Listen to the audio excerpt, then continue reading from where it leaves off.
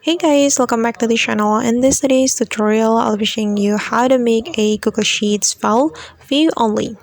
Okay, here I have opened my Google Sheets application on my phone, and the first thing we're going to do is selecting the Google Sheets file we would like to make as a view only a file or view only document.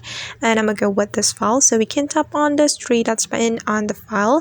Then we're going to tap on the manage access option and just wait for a moment. Okay, as you can see that my file is still restricted, so only people aided can open with the link, and I'm going to change it.